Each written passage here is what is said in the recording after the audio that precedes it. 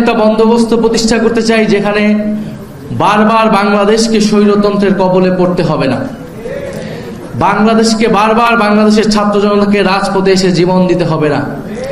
এদেশের মানুষের বৈষম্য দূর হবে, এদেশের মানুষের অধিকার নিশ্চিত হবে, এদেশের স্বাধীনতা, সার্বভৌমত্ব এবং জাতীয় মর্যাদা নিশ্চিত হবে। বাংলাদেশ কারো তাবেদার রাষ্ট্রে পরিণত হবে না। এই ছিল আমাদের গণ অভ্যুত্থানের আকাঙ্ক্ষা এবং কমিটমেন্ট। এবং বাংলাদেশে এই গণ অভ্যুত্থানে সবচেয়ে বড় ভূমিকা রেখেছে বাংলাদেশের ছাত্র সমাজ। বাংলাদেশের এই জাতীয় ইতিহাস যদি আমরা দেখি, বাংলাদেশ বারবার যখন সংকটে পড়েছে, বাংলাদেশের মানুষের পক্ষে, এই রাষ্ট্রের পক্ষে এসে দাঁড়িয়ে দিয়েছে কারা? ছাত্ররা, বিশ্ববিদ্যালয়ের ছাত্ররা, স্কুল কলেজ মাদ্রাসার ছাত্ররা। কিন্তু বারবার ছাত্রদের সাথে প্রতারণা করা হয়েছে। আমরা 90-এর গণ অভ্যুত্থানে দেখেছি, 90-এর গণ অভ্যুত্থানেও কিন্তু ছাত্ররাই সম্মুখ সারিতে থেকে স্বৈরাচারের পতন ঘটিয়েছিল। কিন্তু 90-এর গণ অভ্যুত্থানের পরে এই দেশের রাজনৈতিক দলগুলো ছাত্র সমাজের সাথে প্রতারণা করেছিল। আমরা একই জিনিস দেখতে পাচ্ছি 24-এর গণ অভ্যুত্থানেও। 24-এর গণ অভ্যুত্থান করেছে ছাত্ররা, জীবন দিয়েছে সাধারণ মানুষ, কিন্তু তার ফল ভোগ করছে এখন নানান রাজনৈতিক শক্তিরা। এবং আমরা দেখছি যে বাংলাদেশে আমাদের যে দাবিগুলো ছিল, সংস্কার, বিচার, অর্থনৈতিক লুটপাটের বিচার, ফ্যাসিবাদ এবং আধিপত্যবাদের কবর রচনা করা, সেই সব কিছুকে তোয়াক্কা না করে যারা সরকার দলে রয়েছে তারা জনগণের বিরুদ্ধে আবার অবস্থান নেওয়ার চেষ্টা করছে।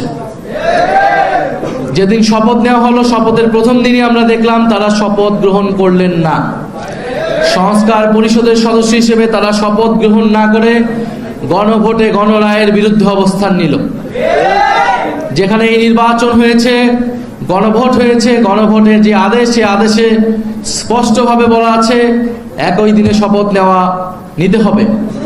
কিন্তু তারা আওয়ামী লীগের মতোই সংবিধানের দোহাই দিয়ে এই সংস্কার পরিষদের শপথ নেওয়া থেকে বিরত থেকেছে। যদি সংস্কার পরিষদের সদস্য হিসেবে তারা শপথ না নেয়, তাহলে এই জাতীয় সংসদের আসলে এক আনা মূল্যও নাই। কারণ বাংলাদেশের মানুষ আমাদেরকে ভোট দিয়েছে, গণভোটে হায়ের পক্ষে ভোট দিয়েছে সংস্কারের জন্য। এটা শুধু জাতীয় সংসদ হওয়ার জন্য নির্বাচন হয় নাই, এই নির্বাচন হয়েছিল সংস্কার পরিষদ হিসেবে এটাকে কার্যকর করার জন্য। আমরা দ্বিতীয়ত দেখতে পাচ্ছি তারা বিচার প্রক্রিয়া হস্তক্ষেপ করলো। তারা কোনো কারণ ছাড়াই, কোনো অভিযোগ ছাড়াই ট্রাইব্যুনালের যিনি প্রসিকিউটর ছিলেন, চিফ প্রসিকিউটর, তাকে সরিয়ে দিলেন। এবং বিচারে নানা ধরনের হস্তক্ষেপের কথা আমরা শুনতে পাচ্ছি। যারা ভিকটিম ছিল, যারা সাক্ষ্য দিয়েছে নিজে উৎসাহ থেকে, তাদেরকে নানাভাবে চাপ প্রয়োগ করা হচ্ছে এবং তারা নানান হুমকির মুখে আছে। ফলে আমরা খুবই সন্দিহান যে বিচার প্রক্রিয়াও সুষ্ঠুভাবে এই সরকারের আমলে হবে কিনা, সেটা নিয়ে আমাদের মনে, জনগণের মনে সন্দেহ তৈরি হয়েছে। তৃতীয়ত আমরা দেখছি, আপনারা দেখেছেন যে বাংলাদেশ ব্যাংকের গভর্নরকে কিভাবে নির্লজ্জভাবে মব তৈরি করে অগণতান্ত্রিকভাবে বাংলাদেশ ব্যাংক থেকে সরিয়ে দিয়ে একজন ঋণখেলাপি, একজন ব্যবসায়ীকে বাংলাদেশ ব্যাংকের গভর্নর হিসেবে নির্লজ্জভাবে বসানো হয়েছে। বাংলাদেশে বিগত সময়ে প্রায় 30 লাখ কোটি টাকা লুটপাট করা হয়েছে, বিদেশে পাচার করা হয়েছে। এই গণ অভ্যুত্থানের পরে অন্তর্বর্তী সরকার নানান ব্যর্থতা এবং সীমাবদ্ধতা সহ এই অন্তর্বর্তী সরকারের গভর্নর চেষ্টা করে যাচ্ছিল সেই লুটপাটের টাকাগুলোকে ফেরত আনার এবং এই লুটপাটের টাকার সাথে যারা জড়িত, এই লুটপাটের সাথে আওয়ামী লীগের ফ্যাসিস্টের সাথে যারা ব্যবসায়ী এবং আমলা রয়েছে তাদেরকে বিচারের আওতায় আনা। কিন্তু আমরা দেখছি সেই বিচার প্রক্রিয়াকে ভণ্ডুল করতে, ঋণ খেলাপিদেরকে আরো সুযোগ সুবিধা করে দিতে, আর্থিক লুটপাটের পথকে প্রশস্ত করতে বাংলাদেশ কেন্দ্রীয় ব্যাংককে দখলের একটা নির্লজ্জ চেষ্টা করলো সরকার দল। অথচ তারা এর আগে বলেছে তারা যখন সরকারে ছিল তারা কখনোই রাজনৈতিক বিবেচনায় বাংলাদেশ ব্যাংকে গভর্নর বসায়নি। ফলে যারা নির্বাচনের আগে একরকম কথা বলেছে, নির্বাচনের পরে একরকম কথা বলেছে। আমরা নির্বাচনের আগেই জনগণকে এই বিষয়ে সতর্ক করেছি। আমরা জানি জনগণ তাদের বিপক্ষে ভোট দিয়েছিল। নানান ইঞ্জিনিয়ারিং করে তারা ফলাফলটাকে নিজেদের পক্ষে নিতে সক্ষম হয়েছে। সংসদে পরিকল্পিতভাবে 2/3 সংসদ সদস্য পদ তাদের নিজেদের আওতায় রেখেছে। যাতে তারা নিজেদের মতো আইন এবং বিচার তৈরি করতে পারে। যেরকমটা 2008 সালে আমরা দেখেছিলাম আওয়ামী লীগ একচেটিয়াভাবে বিরোধীদেরকে এক পাশে ঠেলে নিজেদের সংসদ করায়ত্ত নিয়ে সংবিধানকে নিজেদের মতো পরিবর্তন করে দেশকে নিজেদের মতো ভাবে পরিচালিত করেছে। আজকের সরকার দল তাদের কার্যক্রম আচার আচরণ দেখে মনে হচ্ছে তারা সেই পথেই হাঁটছে, সেই পথেই হাঁটার চেষ্টা করছে। আমরা খুব স্পষ্টভাবে বলেছি, বাংলাদেশে নতুন কোনো স্বৈরতন্ত্রের উত্থান আমরা ঘটতে দিব না। গরমে দাপাদাপি, ঘরের চালের স্থায়ী সমাধান আনোয়ার সিমেন্ট শীট। উত্থান ঘটতে হলে আমাদের জীবনের উপর দিয়ে সেটা হতে হবে। ফলে সংস্কার প্রক্রিয়া বাস্তবায়ন হতেই হবে। যদি সংসদে না হয়, সেই লড়াই রাজপথে গড়াবে। আমরা সেই লড়াই রাজপথে গড়াতে চাই না। আমরা চাই মানুষ ভোট দিয়েছে, যেরকমই ফলাফল হয়েছে আমরা সেটা আপাততকালীন একসেপ্ট করে আমরা সংসদে গিয়েছি। সংসদে আলাপ আলোচনার মাধ্যমে আমরা এগুলার সমাধান করব। কিন্তু সংসদ অবশ্যই সংস্কার পরিষদ হতে হবে। যদি সংসদ সংস্কার পরিষদ না হয়, সংসদে যদি কথা বলার জায়গা না থাকে, তাহলে সেই লড়াই রাজপথে গড়াবে। আমরা রাজপথের প্রস্তুতি আমরা নিচ্ছি ইনশাআল্লাহ। এবং আমরা খুব স্পষ্টভাবে বলবো, ট্রাইব্যুনালে যাতে কোনো ধরনের আর কোনো হস্তক্ষেপ না করা হয় এবং ট্রাইব্যুনাল যাতে নিরপেক্ষভাবে সুষ্ঠু বিচারের পথে চলে এবং যারা ভিকটিম, যারা সাক্ষ্য দিয়েছে, যারা ভিকটিম, তাদের নিরাপত্তার ব্যবস্থা করতে হবে অতি দ্রুত সময়ের মধ্যে। এবং আমরা দাবি জানাচ্ছি কেন্দ্রীয় ব্যাংকের এই গভর্নরকে সরিয়ে দ্রুত সময়ের মধ্যে একজন দক্ষ এবং যোগ্য, আপনারা আপনাদের পছন্দ অনুযায়ী দেন, কিন্তু দক্ষ, যোগ্য এবং সৎ ব্যক্তিকে বাংলাদেশ ব্যাংকের গভর্নর হিসেবে বসাতে হবে। কারণ আমরা আর কোনো লুটপাট, আমরা আর কোনো ঋণ খেলাপি, আমরা এই ধরনের বন্দোবস্ত দেখতে চাই না। আমরা চাই একটা জবাবদিহিতামূলক ব্যবস্থা। কেউই জবাবদিহিতার আওতায় আনবে না। কিন্তু বাংলাদেশের যে অর্থনৈতিক ব্যবস্থা এখন, যে ঋণ খেলাপি, যদি বাংলাদেশ ব্যাংক এইভাবে পরিচালিত হয়, বাংলাদেশ ব্যাংক যদি কোনো ধরনের জবাবদিহিতা ছাড়া দলীয় হস্তক্ষেপের মাধ্যমে পরিচালিত হয়, ব্যবসায়ীদের, ঋণ খেলাপিদের স্বার্থ সেখানে রক্ষা করা হয়, তাহলে বাংলাদেশ যে অর্থনীতি, সেই অর্থনীতির পরিবর্তন হবে না। বাংলাদেশ আরো খারাপ দিকে যাবে এবং জনগণ রাস্তায় নেমে আসতে বাধ্য হবে। ফলে আমরা চাই বাংলাদেশ একটি সামনের দিকে আগাবে। বাংলাদেশে রমজান মাস, দ্রব্যমূল্যের ঊর্ধ্বগতি হচ্ছে।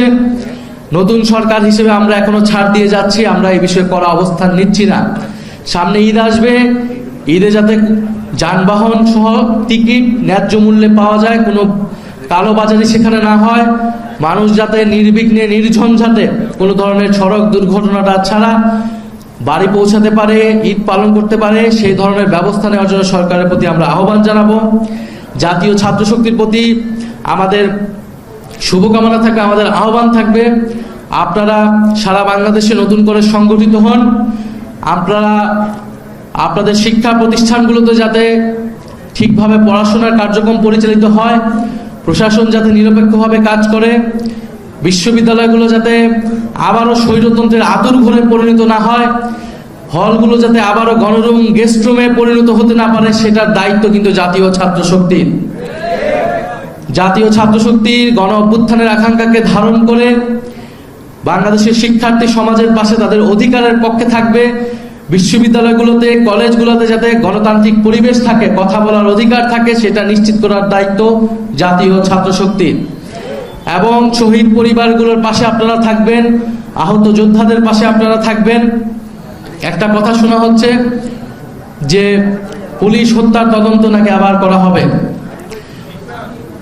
জুলাই গণ অভ্যুত্থানের সময় সেই যে যুদ্ধ পরিস্থিতি, যদি বিচার নিশ্চিত করতে হয়, অবশ্যই আগে যারা জুলাই গণ অভ্যুত্থানে জুলাই যোদ্ধা যারা আহত হয়েছে, শহীদ হয়েছে, তাদের বিচার আগে নিশ্চিত করতে হবে। পুলিশ বাহিনীকে আমরা, সমগ্র পুলিশ বাহিনী কিন্তু দায়ী ছিল এই অপরাধের জন্য, এই গণহত্যা সংঘটিত করার জন্য। কিন্তু আমরা সমগ্র পুলিশ বাহিনীকে কাঠগড়ায় দাঁড় করিয়ে নেই। আমরা বলেছি যারা অভিযুক্ত ব্যক্তি, শুধু তাদেরকে আমরা বিচারের আওতায় আনবো, আর পুরো বাকি পুলিশ বাহিনী যাতে সংস্কারের মধ্য দিয়ে জনগণের পক্ষের বাহিনী হিসেবে আবার কাজ করে। ফলে এই মীমাংসিত বিষয় নিয়ে যদি আবার বিতর্ক তৈরি করা হয়, তাহলে জনগণ বাধ্য হবে রাজপথে নামতে।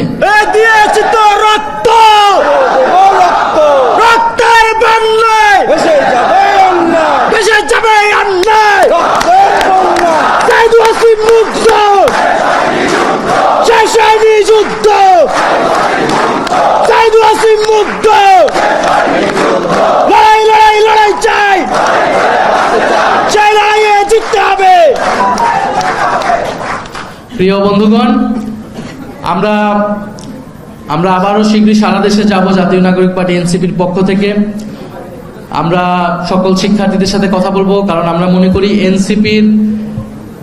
এনসিপির জার্নিটাই হয়েছে ছাত্র আন্দোলনের মধ্য দিয়েই। ছাত্ররাই হচ্ছে আমাদের এই আন্দোলনের মূল চালিকা শক্তি। জাতীয় নাগরিক পার্টির এনসিপিরও মূল চালিকা শক্তি হচ্ছে ছাত্ররা এবং জাতীয় ছাত্র শক্তি। ফলে জাতীয় ছাত্র শক্তির সাথে জাতীয় নাগরিক পার্টি এনসিপি আমরা একত্রে আমাদের উপর যে অর্পিত দায়িত্ব দেশের জনগণ দিয়েছে, সেই দায়িত্ব আমরা মেনে সামনের দিকে আগাবো। জাতীয় ছাত্র শক্তি বাংলাদেশের জনগণের পক্ষে সেই ভ্যানগার্ডের ভূমিকায় থাকবে, সেই প্রত্যাশা রইল।